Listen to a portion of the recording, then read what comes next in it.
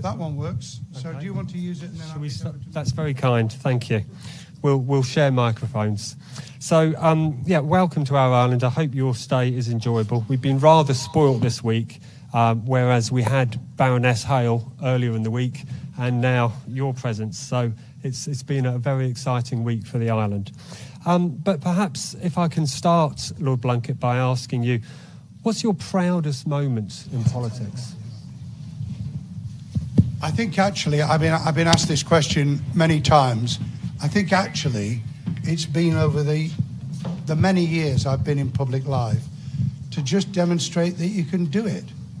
I mean, do it my own way, obviously, and with all the ups and downs and blockages in the road and all the rest of it. But actually to do that, I mean, I've been really proud of things I did at education in the UK, proud of the time I was in the Home Office, which was at the moment of the 9/11 attack in the United States and all we had to do with that.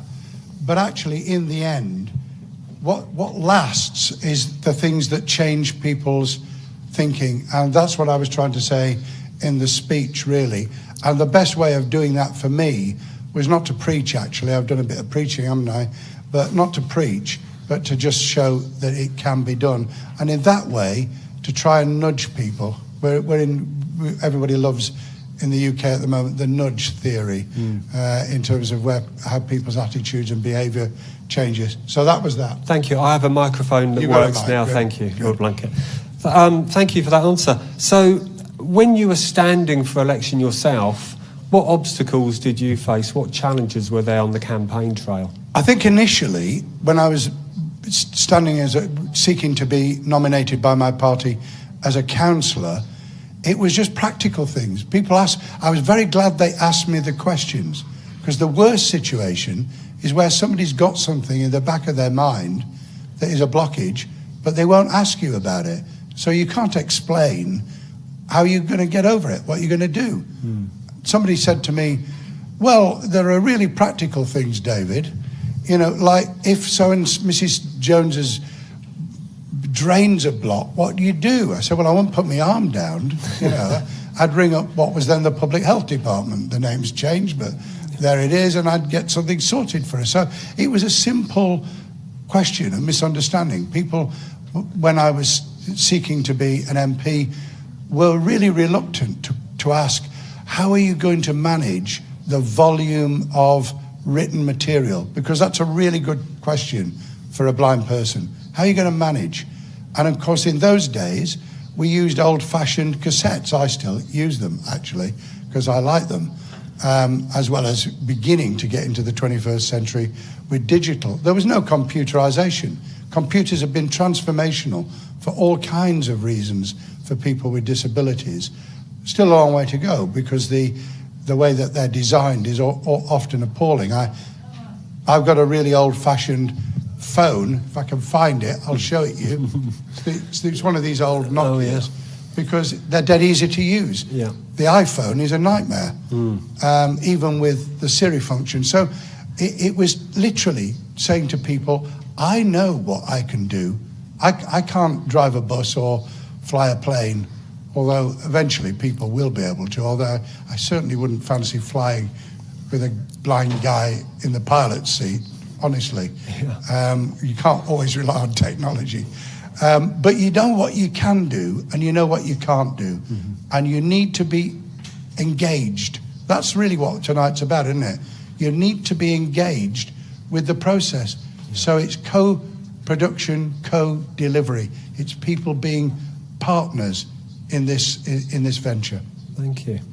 So we have a situation in Jersey where we have an election next year, a general election, and we're slowly moving towards parties forming, and perhaps that may eventually end up as a full party political system. What advice would you give people who are forming parties right now? Yeah, but be careful you don't form parties because it seems a good idea to form parties. Only form parties if there's a genuine value-driven difference that actually can then highlight genuine democratic participative differences of view. I only say that because I addressed the Association of Local Councils last week, which is parish and town councils, some of them quite large towns that have subsidiary councils in the UK, and very few of them are divided on party political lines, although that doesn't mean that there aren't people who are members of parties standing. But at the particular level, you need to get it right for yourselves. Right, the answer to the question, don't stand unless you're going to stand for everybody. Don't stand, I mean, seeing you've asked me, I'll be controversial. Don't stand on a disability platform. Stand on a platform for the people that you want to vote for you for every aspect of their lives. One part of that will be equality in relation to diversity and inclusion. So it will be, for some it will be a more critical part than others, but you're standing for what you stand for, who you are, and what you will do. Have courage to do it, but don't expect people to give any inch because you're disabled, because they just don't. Politics isn't like that, and nor should it be. We don't want to be patronised. No. It's not about paternalism. No. It's about giving people a chance. Yeah. But how does everyone encourage people with lived experience to stand for election? How do we... those around them, don't just encourage, but say, we'll be there with you for the difficult bits, for the canvassing of people. A lot of it's telephone and online now, but in my day, you went up people's driveways or up the stairways and you knocked on doors. That first dog of mine, Ruby, became schizophrenic. We were going in and out of doorways and passageways. Took me months to stop her going in doorways and passageways instead of straight down the road. And people do. They need a lift. They need a car. They need help with the technology. So everyone can be part of the team if the person concerned is willing and confident enough to let them be part of it. Okay. And people that are building manifestos and parties that are considering manifestos, how do we make sure that those manifestos are inclusive? And I know you partly started to answer that question earlier, but how do we make sure that it falls into party thinking? It isn't as easy as it might seem. I'd like to just say that in the campaigns that are being run, all those who have an interest, not just people with disabilities who have an interest, challenge the candidates and therefore the leadership, if you have groupings or parties, as to why not? Where is it? Why is it missing? What's wrong with you that you haven't seen the unseen? And that's part of it. Secondly, building up to it. Part of tonight is just that. It's about raising awareness. Awareness comes in all kinds of guises, in all kinds of ways, and you can do that in the months ahead so that the awareness campaign becomes a natural part of what people are offering when they stand for public office next year. I think that would be a great thing to do. So it's a rolling programme, a rolling campaign. But also, I think there's one other aspect that you could put forward, and that is, alongside the election, you could get people, this is none of my business at all, but you could get people to run their own little referendums on building on the research that Stuart's built on tonight. You could put that research out there and make it part of the campaign. And of course, once people are in, that's not the end of it at all. That's the beginning. Then you got to hold the feet to the fire. Okay, and just finally from me, before I open questions up to the floor, what's the way back for Labour? Long and hard, I fear. I mean, we got ourselves in a terrible mess, as we did in the 1980s, and I was leader of Sheffield when we lost the 1983 election with a 144-seat majority for our opponents.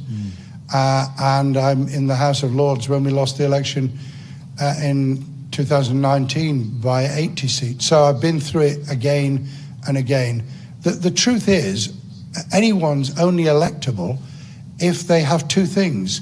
They have something that makes them worth voting for, and they don't frighten the electorate to death that what they stand for and what they want to do is so alien to the majority of the people they're talking to. And if you get those out of juxtaposition, then you're not going to win. So for the Labour Party, it's not simple, because can I just be political for a second? Yeah. We have a quite remarkable Prime Minister. You couldn't have a more disastrous position at the moment in the UK in all kinds of ways, partly following our departure from the European Union. And nothing sticks. I mean, nothing is making a difference at all. And it's because we have a Prime Minister who is a paramount showman. He knows a little bit. He's not Donald Trump, don't misunderstand me. He wouldn't be leading an attack on Westminster because he'd lost an election. But he is a little bit like Donald Trump in the sense that he rides over everything. So if you present Boris with a fact, he'll just say, well, it's not really important. It's not really important. And he does it brilliantly. So people out there say to me, and they say on our television and radio, they say, well, it's not really his fault, is it? You know, he's only Prime Minister. It's nothing to do with Boris. It's a brilliant technique. We don't have it. And we're going to have to find a different way of winning over people to the things we stand for, and the fact that what we stand for is them. And unless we do that, we'll lose again. Yeah. Okay, thank you. So I believe we've just got time for one question from the floor. Somebody who's burning. Yeah. Who's got a question from the floor? Is there a microphone for... Yeah, okay. I was so pleased to hear you talking about Westminster, the building, and how it's not sacred.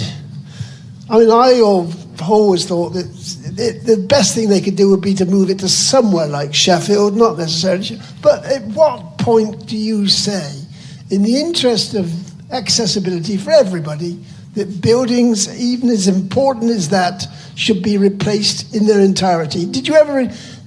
Was that ever a question you had to ask yourself? Yeah. Am I talking to the blogger? I'm afraid you are. I pick things up fairly smartish when I come to things after all these years. We did consider Westminster becoming a museum, because in part because of its heritage and the salience of the buildings and its immediate proximity to Westminster Abbey and now to what is the Supreme Court. It would have made an ideal heritage site, but the massive feeling was that we should retain the activity in the building, which is where the challenge is, because it's going to cost billions to actually bring it up to date and make it usable again. And it will also take us 6, 7, perhaps 8 years out of the building if we do it properly, to be able to do it. And people are really worried about doing that. I'd love to have Westminster in Sheffield. Well, actually, thinking about it, perhaps not, because it might damage Sheffield, because it is a very introvert, big village within a big city, and it's amazing how you get sucked in.